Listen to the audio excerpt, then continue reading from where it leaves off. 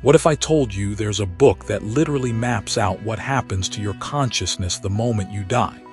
Not some religious fairy tale or New Age nonsense, but a detailed, step-by-step guide written by someone who claimed to have mastered death itself. You're about to discover the most mind-bending text ever created about human consciousness and what lies beyond the final breath. This isn't just ancient wisdom. It's a survival manual for the biggest journey you'll ever take. If you've ever wondered what really happens when everything goes dark, smash that like button right now and let's dive into something that will change how you see life and death forever. Picture this. You're lying there, taking your last breath. Your heart stops. Your brain shuts down.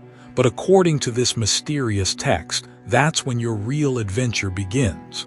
The Tibetan Book of the Dead, or as the Tibetans call it, the Bardo Thodol, isn't just a book about dying.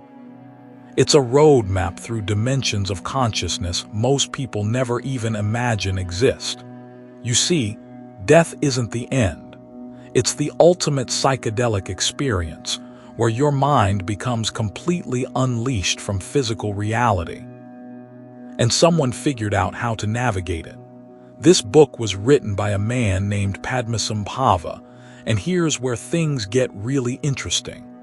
This wasn't some monk sitting in a monastery writing philosophical thoughts. This guy was what the Tibetans called a mahasiddha, basically someone who had developed supernatural powers through spiritual practice.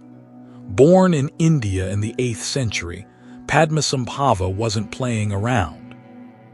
Legend says he could fly, control the weather, and most importantly for our story, he could consciously navigate death itself.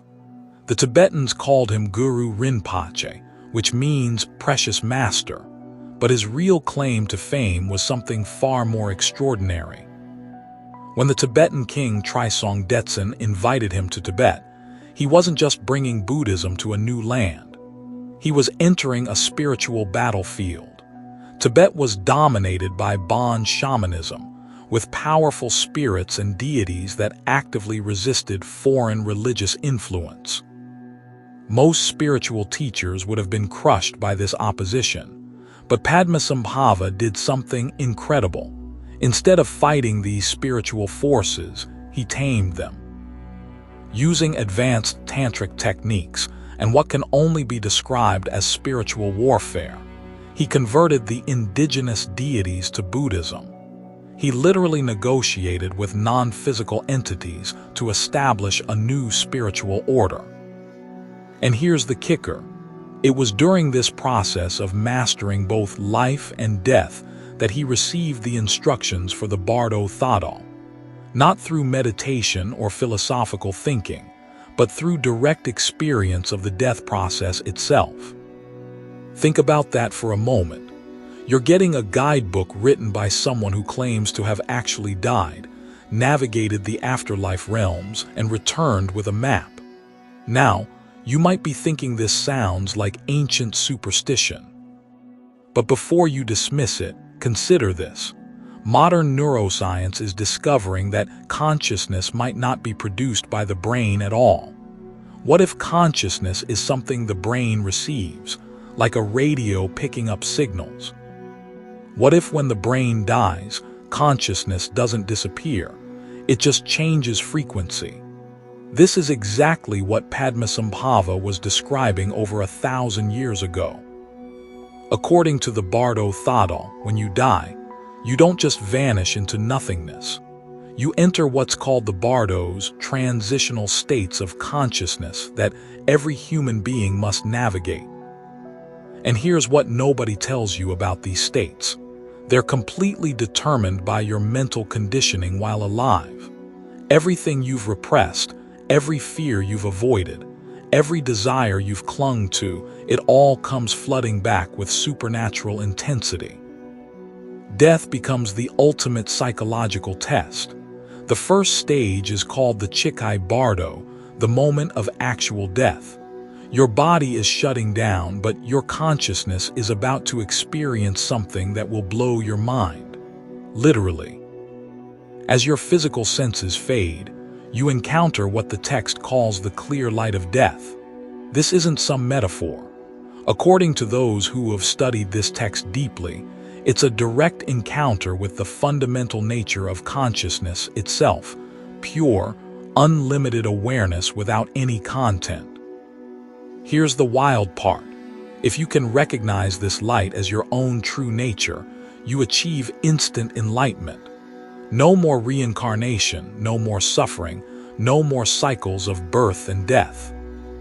You merge with infinite consciousness and transcend the entire game of existence. But here's the catch. Most people completely miss this opportunity. Why? Because the intensity is so overwhelming that the unprepared mind interprets it as a threat. Instead of recognizing themselves in this infinite light, they recoil in fear and get sucked into the next stage. And that's where things get really interesting. Comment below if you've ever had a near-death experience. I'm curious how many of you have actually glimpsed this light. The second stage is called the Chaniad Bardo, and this is where your mind becomes a movie projector creating its own reality. You're now existing in pure consciousness, but that consciousness is shaped by everything you've ever thought, felt, or experienced. Carl Jung understood this perfectly when he said that gods and demons are projections of the unconscious. In the Chaniad Bardo, your unconscious mind becomes your entire reality. First, you encounter what are called the peaceful deities. These appear as beautiful, serene beings radiating love and wisdom. They represent the positive aspects of your psyche, your compassion, wisdom, and spiritual potential. For someone who's lived a life of kindness and spiritual development, these visions feel like coming home. But if you can't recognize these peaceful visions as projections of your own enlightened nature, the experience shifts. You start encountering the wrathful deities, terrifying, monstrous beings that represent your suppressed anger, fear, and destructive impulses. Here's what's crucial to understand. These aren't external entities trying to harm you. They're aspects of your own mind that you refuse to face while alive. Every moment of rage you suppressed, every fear you avoided, every shadow aspect of your personality. It all comes back as seemingly real beings with the power to terrify or enlighten you. The text describes these visions as having a clarity and intensity that makes ordinary dreams seem pale by comparison. You're experiencing your own psyche without the filter of a physical brain, so everything is amplified beyond anything you've ever experienced while alive. Share this video if you're starting to realize how important it is to face your shadows while you're still breathing. But here's where the Bardo Thodol gets really practical. It doesn't just describe these experiences, it gives you techniques for navigating them. The key instruction is simple but profound. Remember that everything you're experiencing is a projection of your own mind. When you encounter a wrathful deity that looks like it wants to devour your soul, the text instructs you to think, "This is my own mind appearing to me in this form. I am not separate from this vision. It arises from emptiness and dissolves back into emptiness." This recognition is what transforms terror into liberation. The moment you realize that you're not a victim of these visions but their creator, their power over you dissolves. You're no longer afraid of your own mind, but achieving this recognition isn't easy. The visions are so vivid and emotionally charged that maintaining this perspective requires tremendous mental training. This is why the text emphasizes that preparation must begin while you're still alive. The third and final stage is called the Siddha Bardo, the realm of rebirth. If you haven't achieved liberation in the previous stages, you now face the process of choosing your next incarnation. And here's the mind-bending part. This choice isn't random. It's magnetically determined by your karmic conditioning. Karma isn't some cosmic punishment system. It's more like psychological momentum. Every thought, emotion, and action creates subtle impressions in consciousness that act like gravitational forces, pulling you toward experiences that match your inner state. If you've lived a life driven by fear, you'll be drawn to a rebirth where you'll encounter more fear to work through. If you've cultivated compassion, you'll be attracted to circumstances where you can express and develop that compassion further. In the Sidpa Bardo, you experience visions of couples in sexual union, not because the afterlife is perverted, but because these represent the creative forces that generate new physical forms. The text instructs you to observe these visions with detachment, understanding them as opportunities for liberation rather than compulsions for rebirth. The ultimate goal is to recognize that even the desire for rebirth is just another mental formation. If you can maintain equanimity in the face of these powerful biological and psychological drives, you can choose liberation over reincarnation. But here's what makes this text so relevant to your life right now. You don't have to wait until death to benefit from these teachings. Every moment of your waking life, you're encountering projections of your own mind. Every person who triggers you, every situation that causes fear or desire, these are all mini bardos where you can practice recognition and liberation. The angry person who cuts you off in traffic, that's your own impatience reflected back at you. The beautiful person you desire, that's your own longing for completion seeking external fulfillment.